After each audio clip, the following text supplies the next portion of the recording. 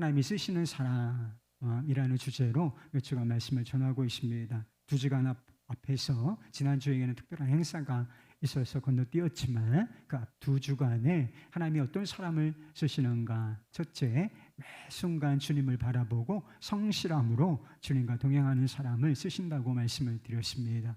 그 두 번째, 어떤 사람을 쓰시느냐. 하나님께서는 자신과 마음이 맞는 사람, 그러니까 주의 마음을 품은 사람이 있죠. 주님을 사랑하고 주의 뜻대로 하겠다는 마음의 결단이 분명한 사람을 하나님께서 귀히 여기시고 그 사람을 통해서 자신의 뜻을 이루신다 말씀드렸습니다. 오늘 세 번째 시간인데 어떤 사람을 쓰시는가. 하나님은 하나님께 자신을 드리는 사람, 곧 헌신된 사람을 쓰신다 하는 것입니다. 헌신이라고 하면 어떤 특별한 봉사 또는 섬김 이런 것을 생각하기 쉽지만 그것은 좁은 의미의 헌신이에요. 그래서 헌신이라고 하는 것은 굉장히 범위가 큰, 개념이 큰 개념이라고 할 수가 있습니다. 오늘 1절 말씀이 그러잖아요. 그러므로 형제들아 내가 너희 하나님의 모든 자비하심으로 너희를 권하노니 너희 몸을 하나님의 기뻐하시는 산 제물로 드리라. 이는 너희가 드릴 영적 예배니라. 여기를 보면 너희 몸을 하나님께 제물로 드리라 이런 말씀이 있잖아요. 너희 몸을, 너희 몸이라고 하는 것은 우리의 육체만을 의미하는 것은 아닙니다. 상징적인 표현이라고 할 수가 있는데 이것은 우리 자신을 말하는 거예요. 그리고 우리의 삶을 의미하는 것입니다. 그러니까 우리의 삶을 하나님께서 기뻐하시는 제물로, 우리 자신을 하나님께서 기뻐하시는 제물로 드려야 한다. 삶이 제물이 되어야 한다. 이렇게 말씀하고 계시는 것이지요. 우리 자신의 삶을 주님께 드릴 때 그것이 기본적으로는 예배로, 그래서 우리가 이렇게 모여서 예배하고 또 밖으로 나가면 삶의 예배를 드려야 하지 않습니까? 삶의 예배를 드리고 또 그리고 어떤 때는 이것이 기도로, 어떤 때는 전도로, 어떤 때는 물질적인 헌신으로, 어떤 때는 봉사와 또 실천으로, 사랑의 실천으로 다양하게 나타나게 되어 있는 것입니다. 하나님께 자신의 삶을 드린 사람들에게 반드시 그런 열매가 나타나게 되어 있다는 것이죠. 그리고 하나님께서는 그와 같은 사람들을 통해서 자신이 계획하신 바를 이루어 나가신다 하는 것입니다. 우리 주변을 보면 헌신이 없이 되는 일이 있을까 한번 생각해 보세요. 헌신이 없이, 희생과 헌신이 없이 뭐가 되는 경우가 있는지, 가정이 되든지 공동체가 되든지 나라가 되든지 한번 생각해 보시기 바랍니다. 헌신 없이 뭐가 되는 경우는 없다는 것입니다. 우리나라가 꽤 괜찮은 나라래요. 불만이 많지만 예전엔 그래서 헬조선이라고 해서 지옥 같은 조선이라, 그래서 젊은이들 사이에 그렇게 이 세태를 비꼬는 표현이 유행했던 적도 있습니다. 그러나 정말 예전에 비하면 이 한국 사회가 좀 경쟁이 심해서 팍팍한 면이 있긴 합니다. 그러나 전 세계적으로 이렇게 보면 아주 윤택하고 그래도 안전하고 그리고 민주화된 나라다 이렇게 할 수가 있어요. 그러니까 여기서만 살아보니까 우리가 이 한국 사회가 너무 각박하고 힘들고 헬조선이다 이런 이야기를 하는 것이지, 전체를 놓고 보면 한국 사회가 어떤 선교사님이 그래도 한국이 살기 좋은 나라다 이런 이야기를 하시는 것을 들었습니다. 우리가 예전에 비하면 성숙하고 아주 발전한 나라가 되었지요. 근데 이게 그냥 되었는지 한번 생각해 보시기 바랍니다. 아니에요. 독립운동에 헌신한 사람들이 있었죠. 그리고 산업화, 경제 발전에 헌신한 사람들이 있지 않았습니까? 그래서 아주 먼 외국에까지 가서 무슨 사우디에 가서 그리고 독일 같은 데 가서 이렇게 그때가 다 먹고 살기가 어려운 시절에 외국에까지 가서 달러를 벌고 그리고 이런 사회를 이렇게 자본을 만들고 했던 사람들이 있지 않습니까? 그분들이 지금 80대, 7, 80대 이렇게 되신 분들이 있죠. 그래서 이분들의 수고를 인정을 해드려야 하는 것입니다. 뿐만인가요? 그리고 정치 발전에 우리나라가 아주 짧은 시간에 굉장히 민주화된 아직도 민주화되어야 할 그런 요소들이 많이 있는 나라이긴 해요. 그렇지만 아주 짧은 시기에 압축적으로 굉장히 민주화된 나라에 살고 있는 것만큼은 분명한 사실인 것이지요. 그런데 이게 그냥 된 건가? 아니에요. 예전에 정치 민주화를 위해서 목숨을 걷던 사람들이 있습니다. 그래서 실제로 이렇게 민주화 운동하면서 이렇게 죽었던 젊은이들 우리가 기억하고 이름만 대면 기억하는 분들도 있지 않겠습니까? 이런 분들의 수고와 헌신, 희생과 노고가 있었기 때문에 이 나라가 이렇게 물론 하나님의 은혜가 있었기 때문에 이 모든 것이 합력하여 이 발전과 성숙이라는 그래도 살기 좋은 나라가 된 줄로 믿습니다. 교회와 하나님의 나라도 보이는 하나님의 나라도 마찬가지라고 하는 것입니다. 다 좋은 교회 다니고 싶으시죠? 그거는 괜찮은 소원이에요. 저도 좋은 교회 다니고 싶으니까요. 근데 좋은 교회 다니는 것이 좋은 교회가 하늘에서 갑자기 어느 순간에 딱 하고 이 교회는 좋은 교회, 이름을 좋은 교회로 지으면 돼. 이 교회는 무조건 좋은 교회야. 그렇잖아요? 우리 교회 좋은 교회예요. 행복한 교회, 무조건 행복한 교회예요. 행복한 교회 성도 여러분, 그러면 우리는 안 행복한데 근데 이름이 행복한 교회인데 어떻게 이름이 좋은 교회인데 이름을 뭐 좋은 교회라고 지을 수 있지만 이름이 좋은 교회라고 실제로 좋은 교회가 되는 것은 아니지 않습니까?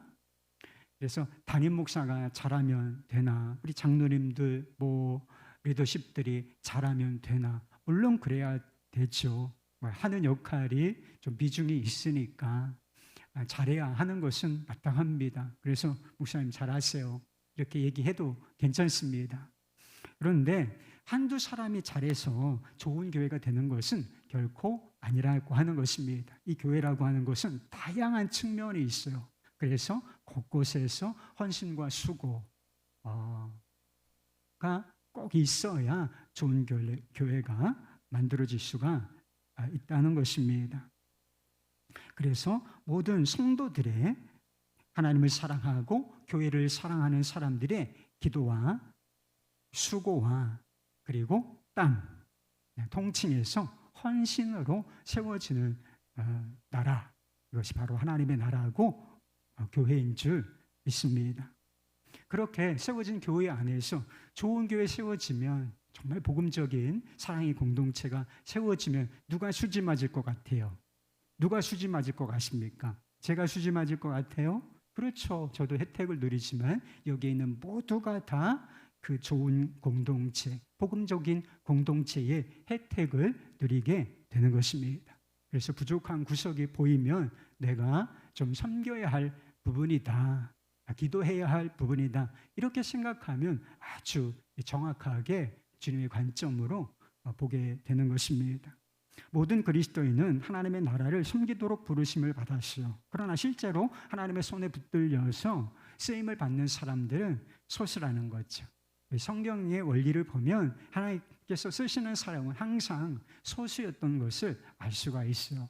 왜 하나님께서 쓰시는 사람들이 항상 소수인가? 하나님께서 사람들을 이렇게 시원찮게 생각해서 우리가 다 시원찮은 게 사실이니까 정말 시원찮구나, 이래서 안 쓰시는 게 아니라, 하나님께서 안 쓰시는 게 아니라 하나님께서 쓰시고 싶어도 쓰실 수가 없는 상황이 되는 것입니다. 왜? 이 말씀대로 우리가 우리 자신을, 우리의 삶을 주님께 드리지를 않기 때문에, 헌신하지 않기 때문에 하나님께서 우리를 써서 자신의 뜻을 성취하고 싶으셔도 항상 소수의 사람만이 그 길을 간다 하는 것입니다. 많은 사람들이 헌신을 두려워해요. 헌신하면 벌써 숨이 탁 막히는 사람이 있어요. 헌신 부담스럽고 어려운 것이라고 생각해요. 실제로 헌신에는 어려운 부분이 있습니다. 육적인 사람이 있잖아요. 거듭나지 않은 사람, 육적인 사람에게는 헌신은 불가능해요. 하나님 그 헌신을 받지 않으십니다. 거듭나지 않았는데, 이 로마서 12장은 거듭난 사람들에게 하는 삶의 적용, 그 첫 번째 부분을 이야기하고 있는 것이거든요. 그래서 복음으로 말미암아 거듭난 사람들, 그 사람들만이 하나님께 참된 헌신을 할 수가 있다는 것, 이것도 특권인 것입니다. 근데 육적인 사람은 헌신이 불가능하며 영적인 사람에게도 헌신은 어려운 구석이 있다는 것입니다. 왜 그런 줄 아세요? 참된 헌신에는 자기 부인과 자기 희생이라고 하는 요소가 반드시 포함되어 있기 때문이라는 것입니다. 막 자기 마음대로 일 열심히 하는 거 헌신 아니에요, 여러분. 나 자신을 부인하고 하나님의 뜻을 살피고, 그리고 자기를 깎아내려야, 자기를 희생해야 그것이 참된, 여러분 재물이 희생되는 거잖아요. 너희 삶은 하나님께서 기뻐하시는 산 재물, 죽어있는 재물이 아니라 우리가 살아있잖아요. 그렇지만 하나님께 헌신된 재물로 삶을 드리라. 그러니까 희생이 필요한 것은 마땅한 것이지요. 그러나 헌신에는 이런 희생만 따르는 것이 아니에요. 그 헌신을 두려워하고 부담스럽게 생각하는 사람은 이런 헌신의 대가만을 바라보기 때문이라는 것입니다. 헌신에 필요한 희생과 그리고 자기 부인, 부담스러운 것, 물질도 헌신해야 되잖아요. 그러면 이런 것들만 보기 때문에 헌신을 부담스럽고 어렵게 생각하는 것 같습니다. 그런데 우리가 기억해야 할 것이 있어요. 하나님께서는 이 헌신 속에 놀라운 비밀 한 가지를 숨겨두셨다는 것입니다. 어떤 비밀이요? 그것은 우리가 드리고 희생한 것 이상으로 받고 누리는 축복을 받게 된다는 거예요. 무엇을 통해서? 자기 부인과 희생의 헌신을 통해서 그렇게 하나님의 방법대로 우리 자신을 드리고 우리의 삶을 드리고 시간과 물질을 드릴 때 그 속에서 우리는 뭘 누리게 된다.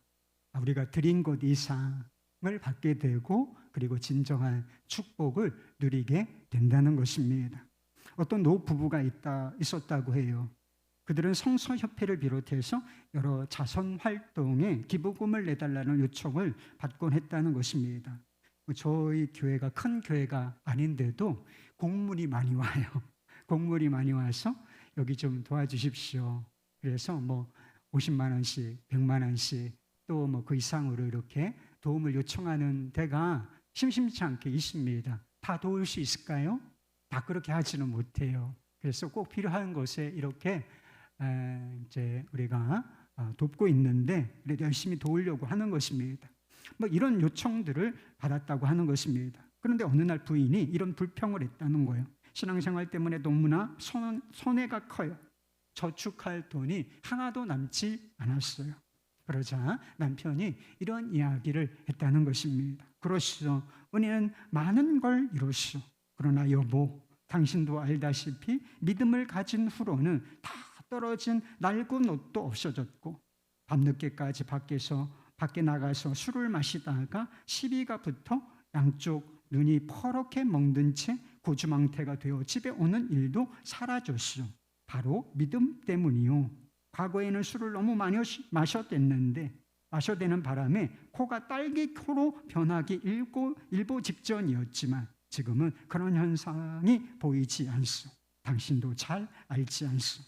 믿음 때문에 우리가 잃은 것은 지극히 적은 것에 불과하오. 나는 우리가 기부금을 낼 충분한 이유가 있다고 생각하오. 이러면서 부인을 설득했다는 것입니다. 기부금을 내면 이제 재정적인 돈을 잃게 되는 거죠. 돈이 이제 통장에서든지 주머니에 있어든지 나가게 되는 것이지요. 그래서 내가 그만큼 자선 사업에 또는 어떤 요청이 있는 곳에 이 구제금으로 또 헌금으로 이렇게 내게 되면 그만큼 내가 쓸 부분은 줄어들게 되는 것입니다. 그런데 우리가 정말 주님이 기뻐하시는 뜻대로 이렇게 우리 자신의 것을 주님이 기뻐하시는 사업에 쓰고 헌신하고 있다면, 근데 반드시 그것이 유형이든지 무형이든지 삶의 스타일이든지 뭔가 바뀌게 되는 것이 있다는 거예요. 진정 가치 있는 것을 우리가 받고 누리게 되어 있다는 것입니다. 이 부부는 믿음 때문에 잃은 것이 있었습니다. 그런데 믿음 때문에 잃은 것보다 얻고 누린 것이 더 많았다. 헌신의 속성이 꼭 그렇다 하는 것입니다. 많은 사람이 헌신을 두려워한다고 했어요. 헌신의 의미와 기쁨을 모르기 때문인 것입니다. 사람들은 기쁨을 누리기를 원해요. 여러분들 기쁨을 원하시지요? 그래서 여가 생활과 취미 생활 뭐 이런 것들을 위해서 뭐 드라마 보면서 이런 기쁨을 찾는 분들도 있습니다.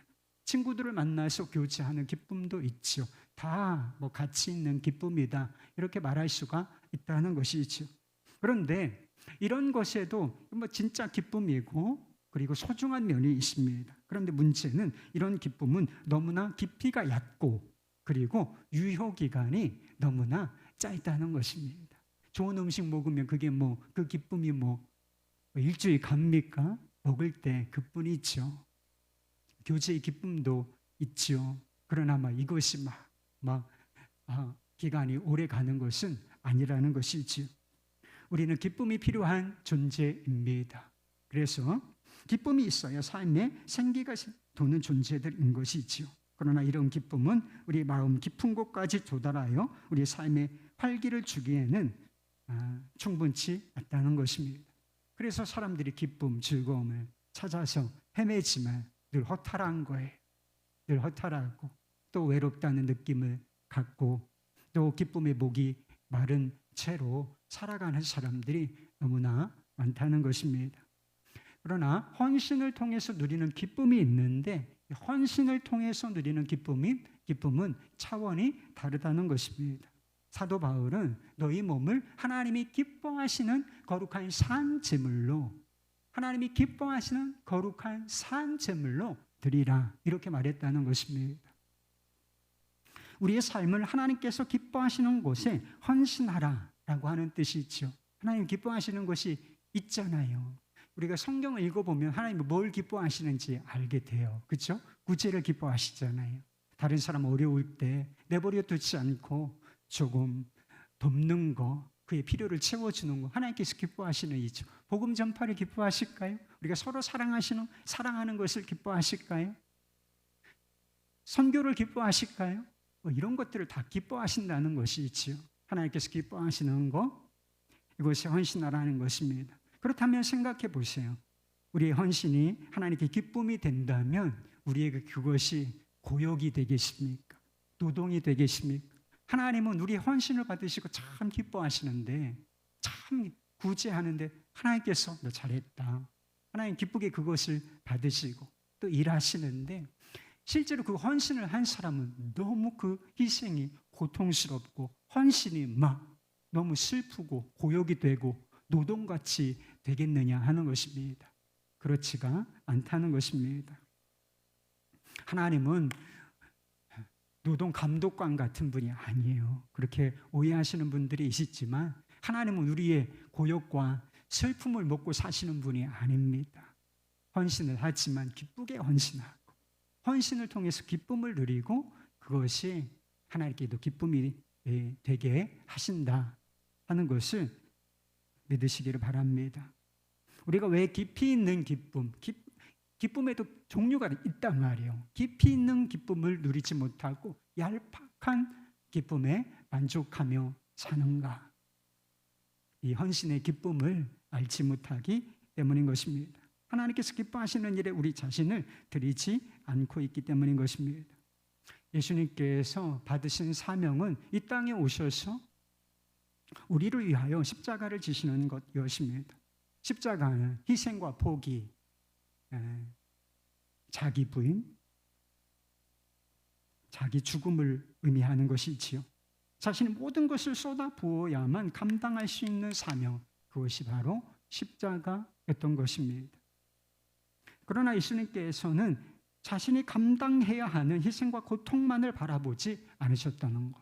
그래서 히브리서 12장 2절 말씀에 보면 예수님께서 십자가를 어떻게 바라보시고 통과하시고 그것을 감당해내셨는지 말씀하고 있습니다. 그 앞에 있는 기쁨을 위하여 십자가의 부끄러움을 개의치 않으사 그것을 능히 감당해내셨다라고 하는 것입니다.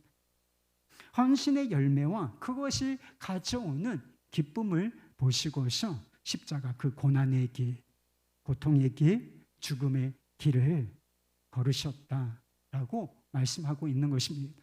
그러니까 예수님께 십자가는 고통스러운 것은 맞아요. 심리적인 고통을 당하신 것도 맞습니다. 그러나 예수님께는 근본적으로 이 십자가의 길은 기쁨으로 가신 길이었어요. 우리를 사랑하는 마음으로 또 아버지를 경외하고 사랑하는 마음으로 기쁨으로 부활의 기쁨을 내다보고 우리 영혼의 구원을 내다보시고 걸으셨던 기쁨의 길이었던 것입니다. 본문 말씀을 기록한 사도 바울은 복음 전파를 위해서 너무나 애쓴 사람이죠. 어떻게 이렇게 복음 전파에 헌신적일 수 있을까?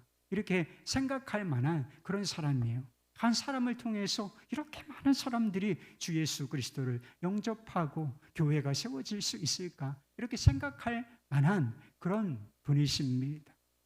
그런데 이 사명을, 복음 전파의 사명을 감당할 때 어려움이 참 많았다는 것입니다. 그런데 사도 바울이 매를 맞고 파선하고 그래서 살 소망이 끊어지기를 하였다. 이런 말씀이 스스로 고백하는 거예요. 내가 복음 전파에 헌신하면서 어떤 고난을 겪었는지 그가 이렇게 말했던 적이 있다는 것입니다. 그래서 저 같은 약골은 감당할 수가 없는 그런 고난을 감당하면서 복음 전파에 헌신하였던 것입니다. 한번 생각해 보세요. 이것은 자발적인 고난이었어요. 그러니까 복음 전파를 안 하면, 전도 안 하면 그뿐이잖아요. 전도 안 하면 고난받을 이유가 뭐가 있어요? 그리고 우리가 전도지 갖고 나가서 이건 전도라고 하기도 어려워요. 수요일 날 저도 나가는데 어떤 때는 좀 짜증날 때가 있어. 전도지를 다 기쁘게 받아주는 게 아니니까 자존심에 내가 이거 좋은 소식 전하는데 조금 표정이 안 좋아. 그리고 태도가 안 좋아. 오는 말이 안 좋아. 그런 경우가 있어요. 내가 왜 그런 대우를 받습니까, 여러분? 제가 뭐가 못났다고? 못나긴 했죠. 그런데 제가 뭐 하라 굿해요. 그런 이렇게 자존심에 스크래치가 생기는 그 일을 왜 겪습니까, 제가? 그렇게 주의 일에 헌신하려면 그런 정도라도 겪게 되는 거예요. 그래서 주의 말씀에 이 복음을 전파하라 하는 이 말씀에 순종하지 그냥 안 하면 고난도 없는 거예요. 말하자면 사도 바울이 겪은 고난은 사서 고생한 겁니다. 자발적으로 고난받은 거예요. 복음 전파를 위해서. 그러나 그가 불행한 사람이었을까? 사도 바울은 행복한 사람이었다는 것입니다. 그의 기쁨을 가로막을 수 있는 것은 아무것도 없었다 하는 것입니다. 빌립보서의 주제가 뭔지 알아요? 제가 이 빌립보서를 강의하려고 그래요. 전도서의 큰 주제도 기쁨이에요. 즐거움인데, 인생의 즐거움. 근데 빌립보서에도 주제가 기쁨이에요. 그런데 좀 차원이 달라. 좀 차원이 다른. 그래서 이 기쁨, 인생에서 그냥 모든 인생을 통틀어서 누리는 그런 기쁨. 그리고 이거는 완전히 복음에 헌신된 사람이 누리는 기쁨. 이것을 한번 여러분들과 나누고 싶은데, 빌립보서의 주제가 기쁨인데 이 사람이 어디에서 이 기뻐하라, 항상 기뻐하라, 내가 다시 말하노니 기뻐하라, 이거 어디서 얘기했는지 알아요? 캄캄한 감옥에서, 로마 감옥에서 갇혀 있을 때 이 항상 기뻐하라 이 얘기를 했다니까요. 그래서 정황을 보면, 그래서 이게 어디서 쓰여진 서신인지, 내가 옥에 갇혔다 이런 표현이 나와요. 그게 없었다면 이게 감옥에서 써진 서신이라고 도저히 믿을 수 없을 정도로 기쁨으로 충만하다. 이 기쁨이 좋은 음식 먹어서 오는 기쁨이었겠어요?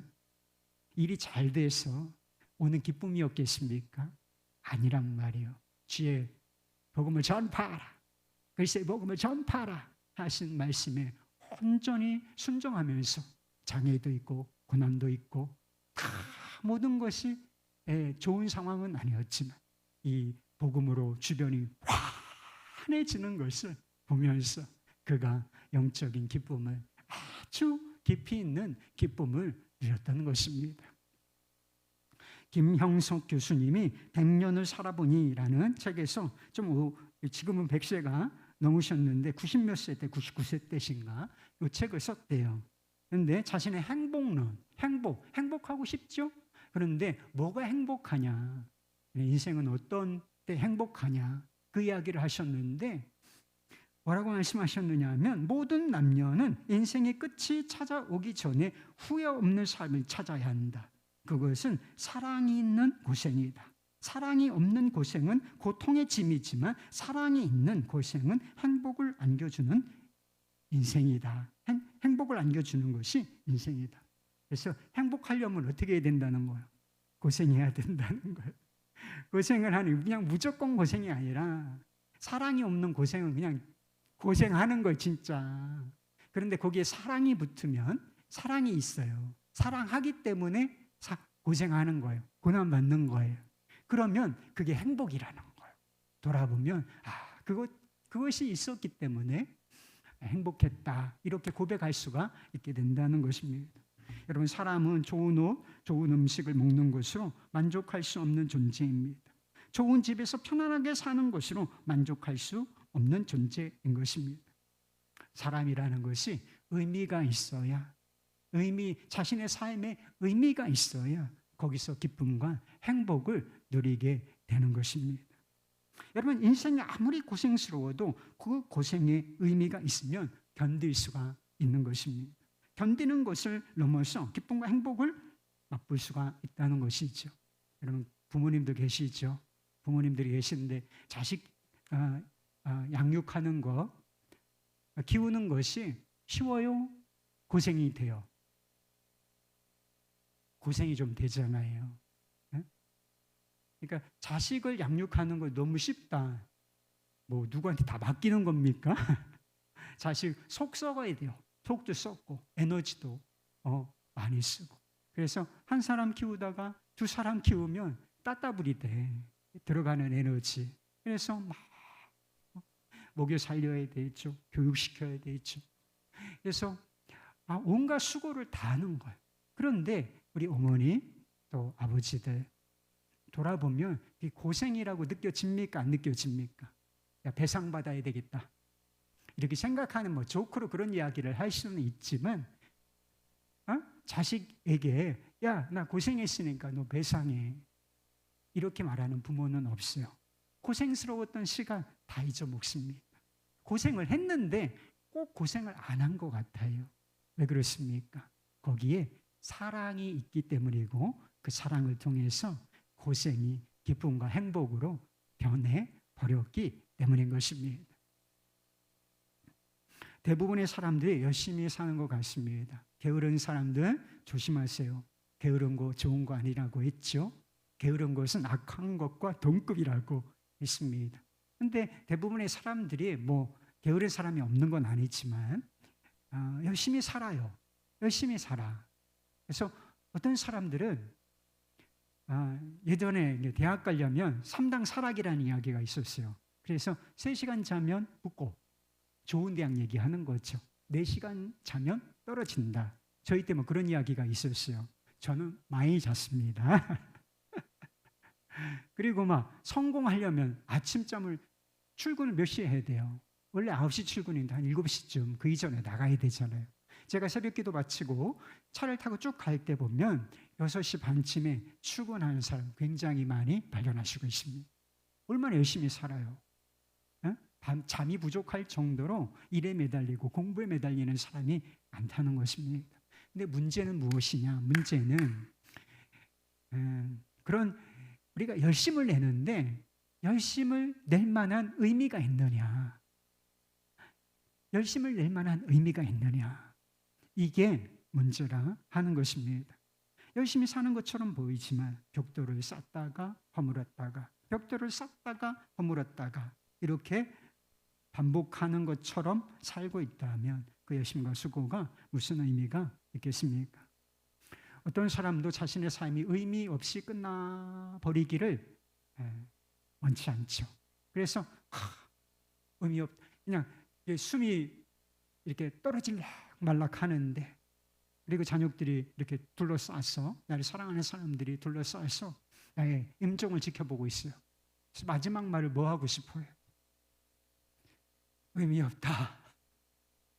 헛살았다. 이렇게 말하는 것, 그런 사람 마지막 말이 그러면 얼마나 불행합니까? 잘 살았다, 행복하게 살았다, 고맙다, 사랑한다, 이렇게 말할 수 있는 인생이 참 행복한 거잖아요. 그런데 이렇게 말할 수 있는 인생이 어떤 인생이냐는 것입니다. 의미 있는 곳에 자신의 삶을 드린 사람이에요. 진짜 가치가 있는 곳에 시간과 에너지와 물질과 그리고 자신의 삶을 들여본 사람, 그렇게 살아온 사람, 그 사람인 잘 살았다, 행복했다, 의미 있다, 이렇게 고백할 수가 있게 되는 것입니다. 그렇다면 우리에게 의미 있는 것이란 무엇이겠습니까? 어떤 순간에도 이건 의미가 있다. 어떤 순간에도 죽음이 와도 이건 의미가 있어. 그럴 만한 것이 뭐가 있겠습니까? 다 유한한 것뿐이잖아요. 뭐가 영원하다고요? 영원한 게 어디 있어요, 세상에? 영원한 사랑. 바보 아니야. 그러잖아요, 여러분. 영원한 엔들레스 러브. 야, 철 좀 들어라. 영원한 사랑이 어디 있다고 그래? 사랑은 변하는 거야. 이게 사랑을 모르는구나. 그렇잖아요. 근데 변하지 않는 게 있어요. 영원한 게 있습니다. 영원하신 하나님과 그분의 나라. 이것은 영원한 의미를 갖는 거죠. 금과 은은 변해도 하나님의 나라는 변하지 않는 것입니다.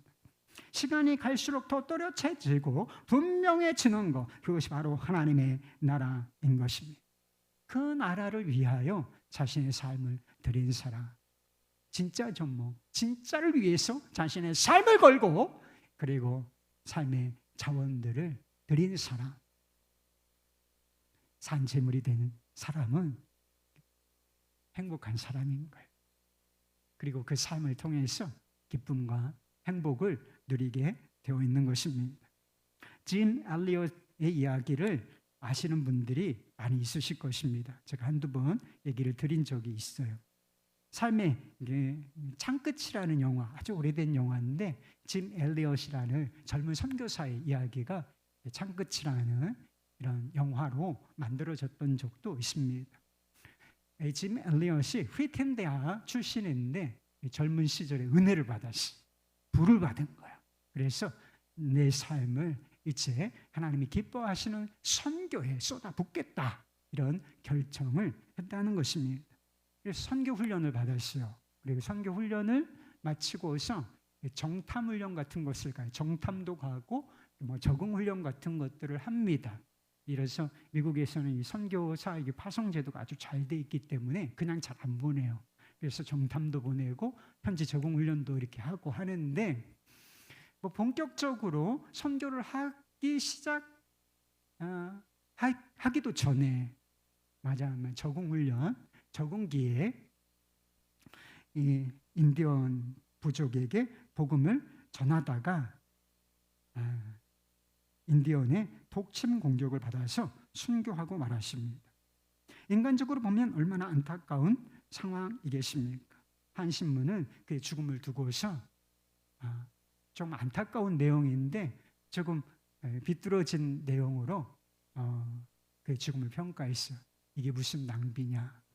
저 미개인들, 복음을 받아들일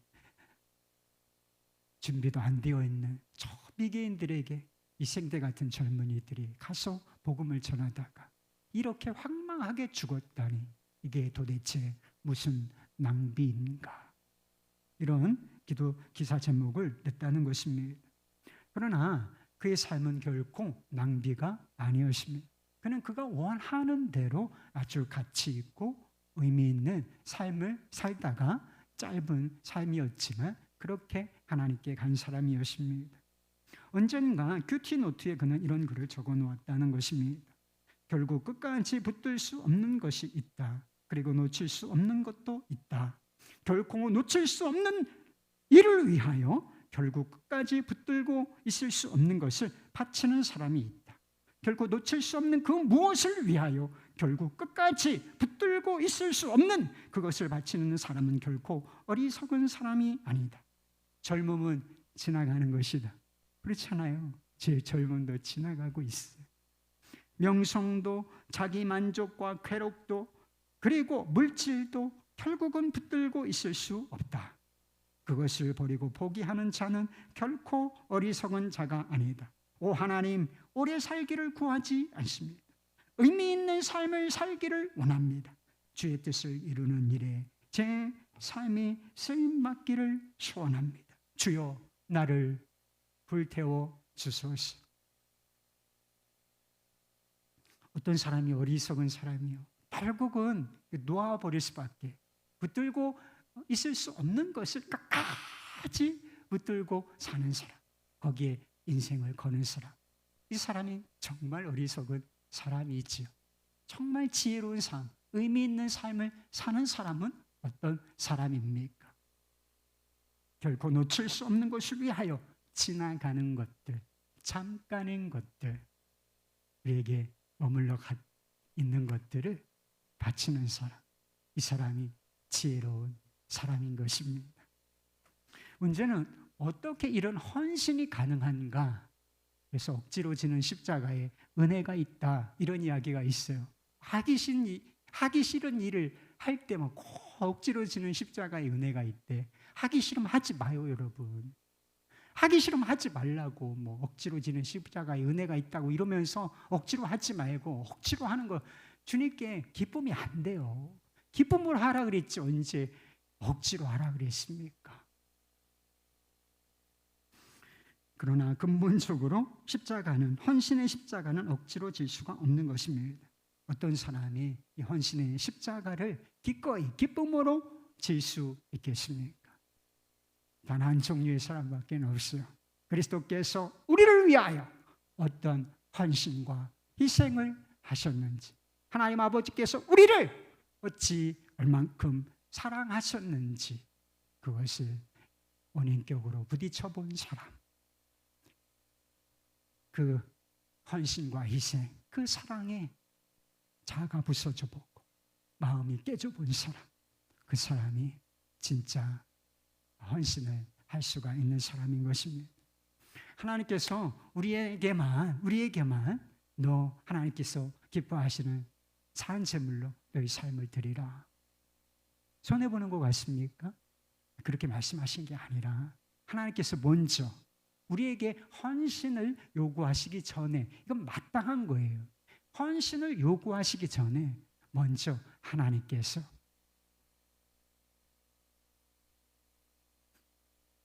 그 아들을 우리를 위하여 제물로 바치셨다는 것입니다. 그것이 바로 우리 주 예수 그리스도의 십자가인 것입니다. 예수님께서 우리를 위해서 뭘 내주셨을 것 같아요?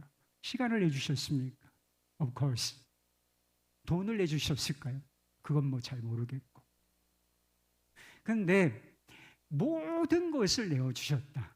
모든 것을 내어주셨는데 거기에 무엇이 포함되느냐? 자기 생명. 그러니까 생명이 얼마나 귀해. 인간의 생명이 얼마나 귀합니까? 그런데 인간의 생명 정도가 아니라 하나님의 아들이시고 하나님 본체이신 그분께서 자신의 생명, 자신의 전부를 제물로서 내어주셨다 하는 것입니다. 그것도 아무 자격도 없는 죄인들을 위해서 말인 것이지.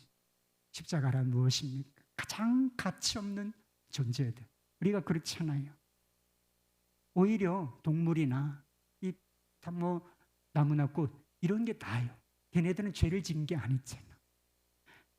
하나님의 영광에 반역한 자는 인간밖에 없어요. 이런 인간들을, 가장 가치 없는 인간을 위한 가장 위대한 헌신, 이것이 바로 십자가인 것입니다. 헌신은 자기 부인과 희생이 필요한 것이라고 말씀을 드렸어요. 예수님께서 우리를 구원하시기 위하여 자신의 전부를 희생하셨다. 여러분, 이것이 진실이라고 믿으십니까? 그렇다면 우리가 그분을 위하여, 우리가 하나님을 위하여 무엇을 드린다 한들 그것이 막 지나치다 라고 말할 수 있겠습니까? 십자가의 은혜를 깨달은 사람은 자신의 전부를 드린다 할지라도 부족하다, 그렇게 느낄 것이 분명하다는 것입니다. 이런 찬양 아시지요? 찬송가 143장. 웬 말인가 날 위하여 주 돌아가셨나. 이 벌레 같은 날 위해 큰 해 받으셨나. 내 지은 죄 다 지시고 못 박히셨으니 웬일인가 웬 은혜인가 그 사랑 그셔라. 5절 늘 울어도 눈물로써 못 갚을 줄 알아. 몸밖에 드릴 것 없어 이 몸 바칩니다. 왜 우리가 그토록 헌신을 부담스러워하는가? 뭐 좀 하시라 그러면 너무 부담스러워요? 왜 이렇게 부담스럽게 느끼는가? 주님께서 우리에게 무엇을 주셨는지, 주님의 희생과 수고와 헌신, 이것을 마음으로 느껴본 적이 없기 때문에, 그쵸, 내가 무엇을 드리는 것, 그것이 그렇게 부담스럽고 두렵게 느껴지는 것입니다. 저와 함께 사역하던 목사님의 간증을 들은 적이 있어요. 그래서 얼마 전에 저희 교회에 와서 설교를 했던 목사님인데, 이런 이야기를 듣고서 은혜를 받았던 적이 있습니다. 약간 길긴 한데 이 부분 읽어드리고 기도하십시다. 초등학교 때 어머니가 아파트 청소부를 했는데 저는 항상 어머니가 아파트에서 주워온 옷을 입었습니다. 저는 그 옷들을 입으며 일찌감치 저의 존재에 대해서 명확하게 인식했던 것 같습니다. 버려진 돌이다. 가치 없는 사람이라 말입니다. 모든 것을 포기하고 그냥 되는 대로 살기로 마음먹었습니다. 제가 무엇을 할 수 있는 존재가 아니라 이는 사실을 깨달았기 때문입니다. 그냥 버려진 돌처럼 이리 채이고 저리 채이며 아무렇게나 살다가 죽으면 그만이라는 생각이 들었습니다. 그렇게 답답한 마음으로 고3 시절을 지나던 중에 친구의 권면으로 교회 수련회에 참석하게 되었습니다. 저는 처음 간 수련회라 재미가 없었습니다. 그래서 예배당 뒤에서 자다가 나중에는 그것도 지겨워지기 시작했습니다.